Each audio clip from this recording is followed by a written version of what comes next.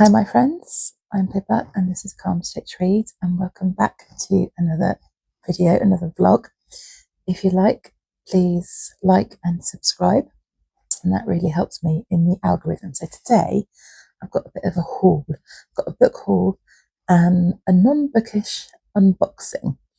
So it's bank holiday weekend where we are. It's Saturday evening. We've had a lovely day, mainly in the garden. I took a few little clips that I will insert after this. But yeah, it's been a lovely day. We actually had some sunshine and then we had some rain, so we had to come inside. So I'm hoping it's nice tomorrow.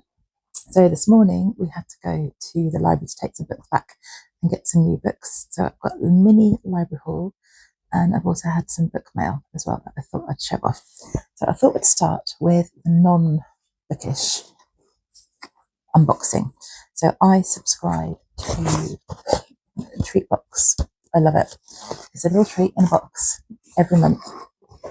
And my May box arrived today, and this is just a little something for me that I love. So this month we're taking a trip to the farmer's market.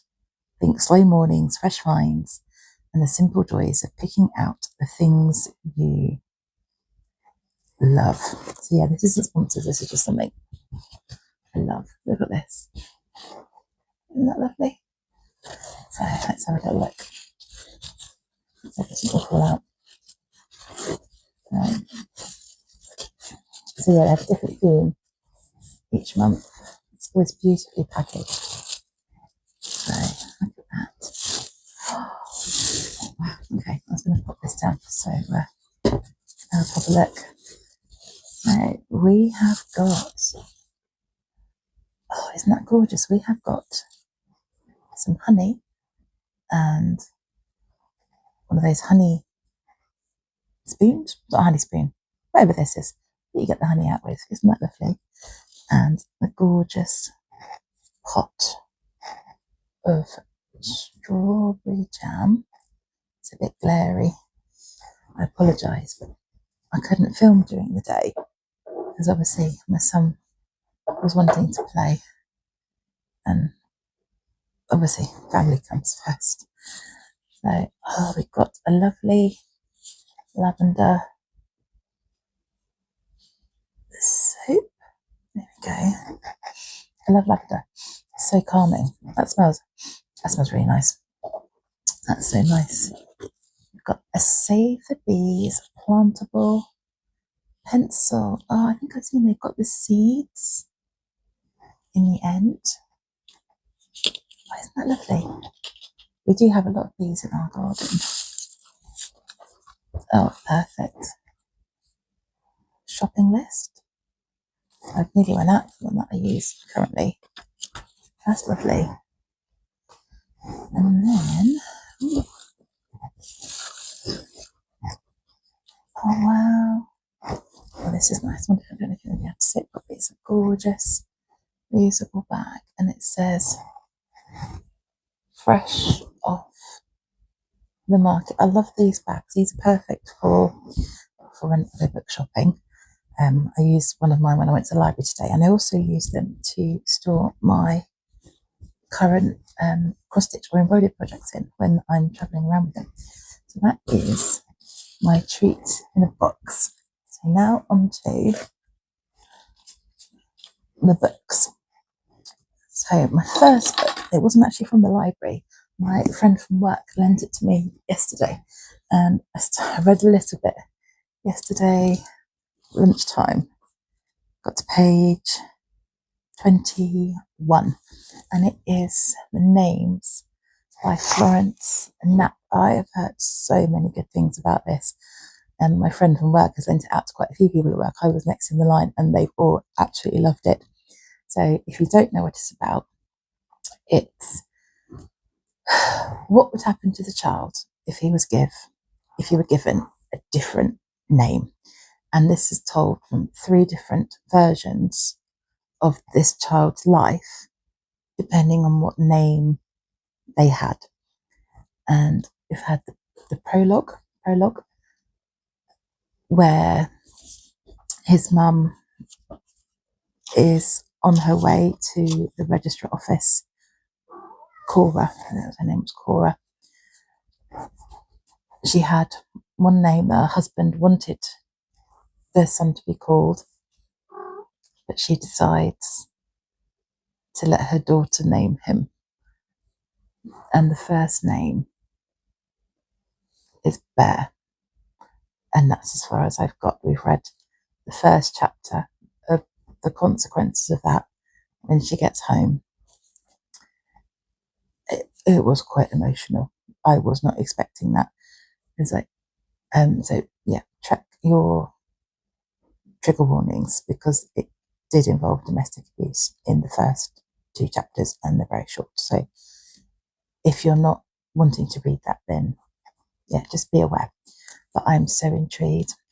This is going to become, well, it's bank holiday weekend, so I've got Sunday tomorrow and Monday, so I might be able to get this finished.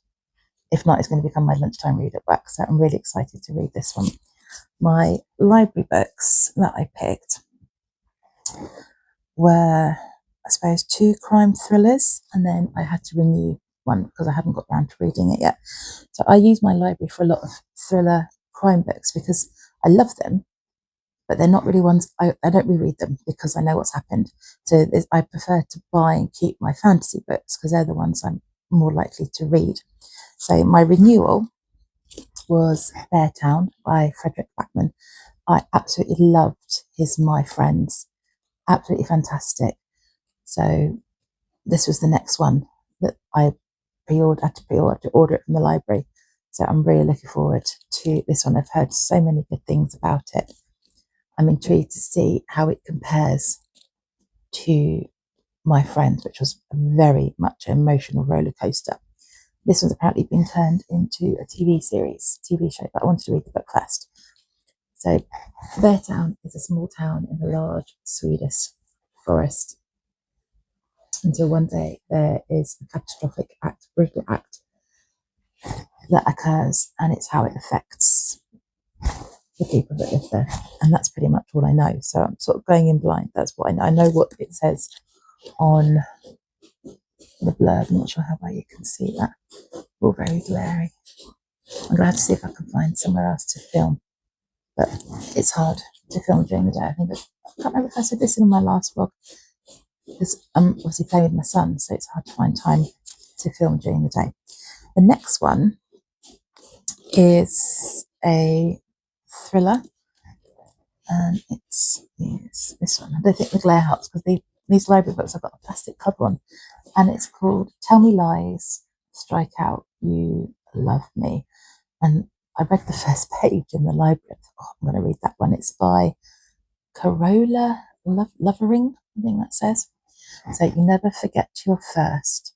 You never forget your worst.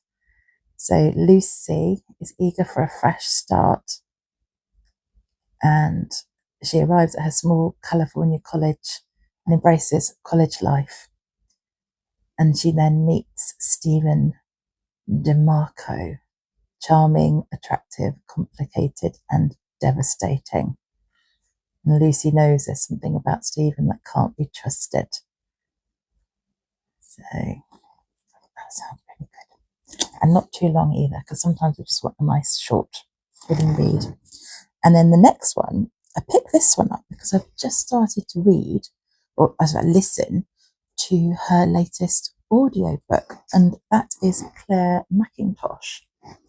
And the audiobook is called It's Not What You Think. And I'm about 2 hours into that. I started listening to that yesterday, and then today when I was doing some housework and taxiing my daughter around, so I've been on taxi today. So this one is A Game of Lies by Claire McIntosh. So I was absolutely loving the audio of her It's Not What You Think, and I thought I'd give this one a go as well. So they say the camera never lies, but on this show you can't trust anything you see. So it's about a reality show that goes wrong involving murder. It's set in the Welsh Mountains. They're competing for a life-changing prize, but they're not really sure what they're signing up for.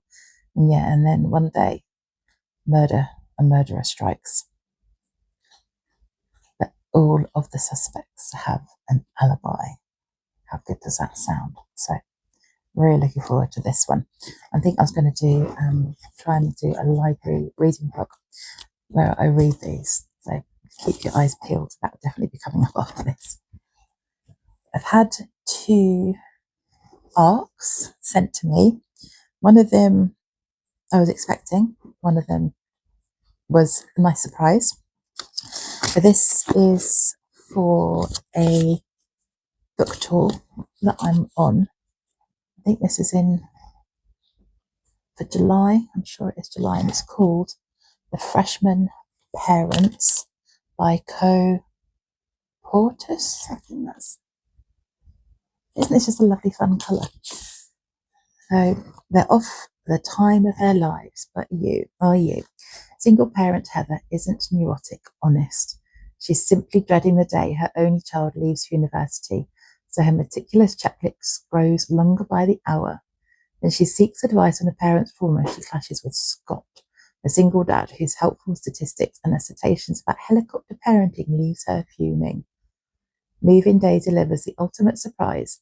The daughters aren't just roommates, they are self-declared best friends for life. Despite their intentions to avoid relationships at all costs, unpredictable events keep throwing Heather and Scott together, making it increasingly difficult for them to ignore each other. Doesn't that sound awesome? And this book is so heavy. I gave it to my daughter. She started to feel that. It's a brick. Well, look at the size of it. It's diddly. But it's really, the paper's really thick. And from the look, it's got a little bit of mixed media. I love mixed media in a book. I've read quite a few mixed media books recently, and I've really enjoyed those.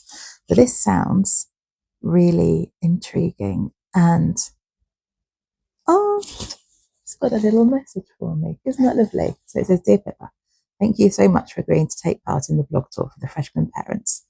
So yes, this is between the 13th and the 24th of July. So I'm going to be on the blog tour for this. I'm going to be reading this before then. I hope you enjoy. With grateful appreciation, Co. Isn't that lovely? And it's by Always Book Limited. So thank you very much to the publisher for sending this. I'm really excited to read this. So I think I said in one of my previous art vlogs, I'm just dipping my toes back in, and I'm trying to be very careful about which books I apply for.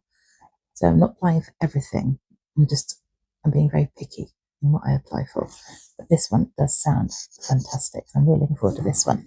And then my unexpected one, but a pleasant unexpectedness, is All We Have Left by Emily Paxman. And this is from Titan Books. So thank you very much to Titan Books. This is out on the 30th of June, so I'll definitely be able to have it read by then.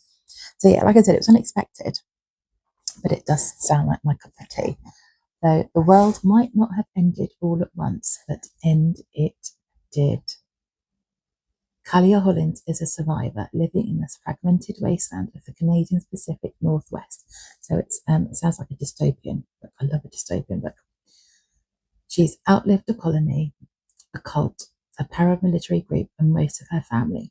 So when her younger sister April falls seriously ill, Kayla would do anything to save her.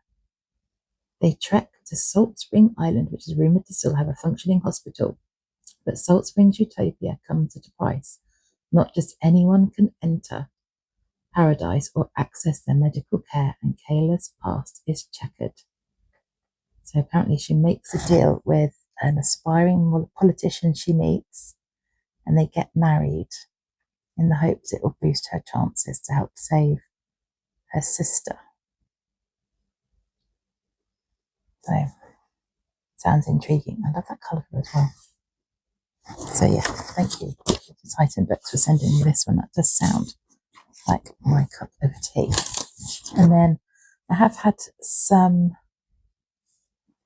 book mail. I can't remember if I've shown these two or not, but I'm showing them again because I think they're fun. So it's I love Heidi Swain. So this is from Asda the other day. It was 2 for £9. Walking on Sunshine. She's just a pure comfort read for me. So just summer romance, fireworks, perfect. And then the second one was Silver Cloak. So you've probably all seen this one around quite a bit. I think the second one, Turn Cloak, is coming out soon. I'll wait for it to come out in paperback because I'm running out of space on my bookshelves. So it's just we're in a world ruled by pleasure and pain, which sounds perfect. Next, I had Waterstone's pre-order come through, special delivery. Not special delivery, exclusive edition. And that is Thistlemarsh. Isn't that the most gorgeous?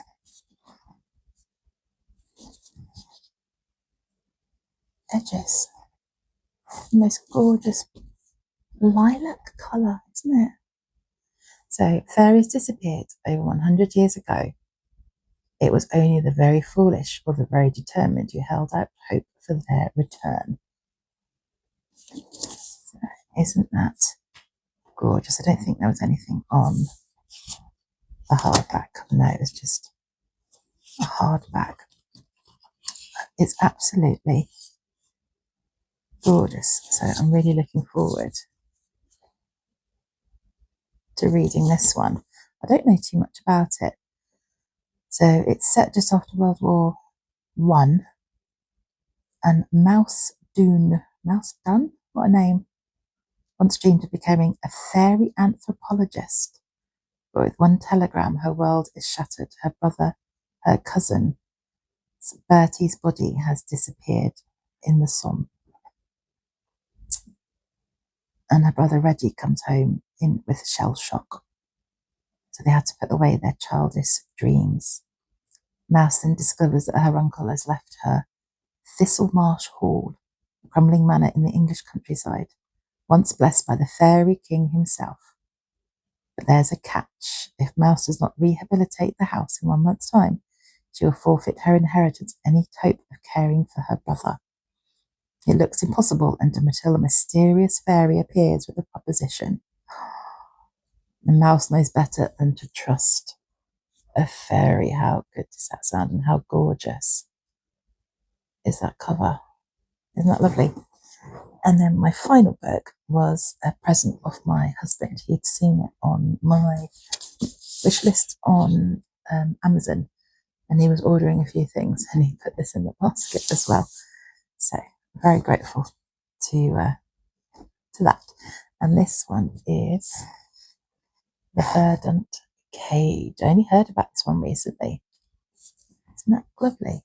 Amazon sometimes do some really lovely sprayed edges, and then I haven't got anything on the hardback, but isn't that lovely? It's also got the most gorgeous map. So I don't know too much about it. It's I suppose like a dystopian fantasy. The wall was built to keep them safe, or so they thought. So Rose Allgod is an apothecary, and this wall surrounds their valley to protect her people. No one leaves, no one fights, and no one questions why it's there. But their paradise has been hiding its thorns. Rose's mother becomes the valley's first murder victim, and her twin brother is swiftly condemned. She alone is searching for the killer.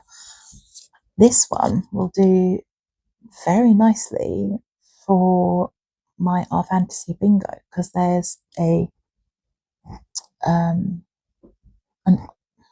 can't think of a word, a prompt, that's it, a prompt for that, for solving a murder. So this would do really well for that, wouldn't it? So she's determined to find the truth and forms an ally with the son of her nemesis to solve the crime. Perfect. Love that. Rose follows a trail of hidden messages, forbidden knowledge, and whispers of a past no one dares remember. The deeper she digs, the more certain she becomes that the wall isn't just keeping something out, it's keeping something in. How good does that sound? Oh yeah, and it comes with a gorgeous map.